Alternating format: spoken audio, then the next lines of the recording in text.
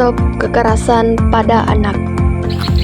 Anak adalah anugerah dan sekaligus titipan amanah yang diberikan Tuhan Yang Maha Esa pada setiap orang tua. Menjaga dan merawatnya adalah kewajiban orang tua. Melalui video ini, saya Helaria Wiwin dengan NIM 2314062309 dari kelas A14 PGSD, Sekolah Tinggi Keguruan dan Ilmu Pendidikan, Kampus STIP Persada Katolik Sita, akan mensosialisasikan terkait kekerasan fisik kepada anak usia dini.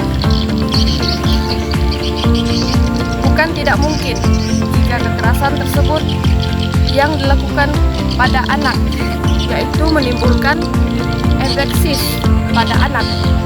Lalu, bagaimana sih dampak kekerasan jika dilakukan pada anak? Oleh karena itu, kita sebagai orang tua, stop kekerasan kepada anak. Lindungi anak, sayangi anak, serta penuhi kebutuhan anak. Apa itu kekerasan pada anak?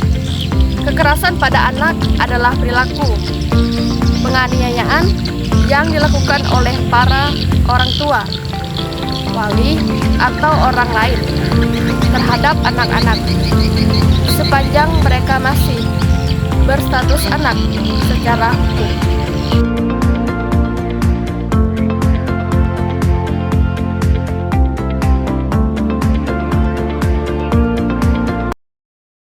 Di Indonesia, hak asasi manusia atau HAM secara tegas diatur dalam Undang-Undang Nomor 39 Tahun 1999, Pasal 2 tentang asas-asas dasar yang menyatakan Negara Republik Indonesia mengakui dan menjunjung tinggi hak asasi manusia dan kebebasan dasar manusia dalam hak yang secara kodrati melekat pada dan tidak terpisah dari manusia, yang harus dilindungi, dihormati, dan ditegakkan demi peningkatan martabat kemanusiaan, kesejahteraan, kebahagiaan, dan kecerdasan serta keadilan.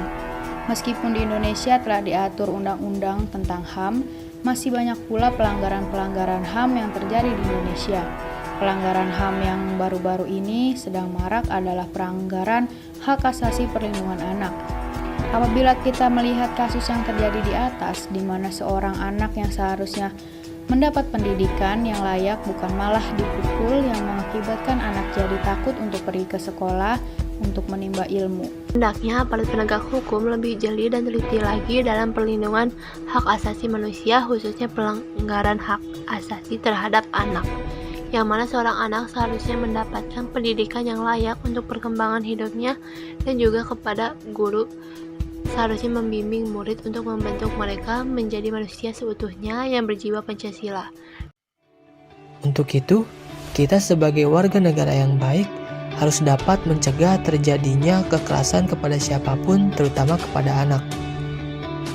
Kita harus menghadirkan kondisi yang kondusif dan juga mendidik anak-anak kita dengan baik supaya menjadi penerus yang baik pula. Stop kekerasan terhadap anak. Laporkan ke Pusat Pelayanan Terpadu Pemberdayaan Perempuan dan Anak atau di website Kementerian PPPA.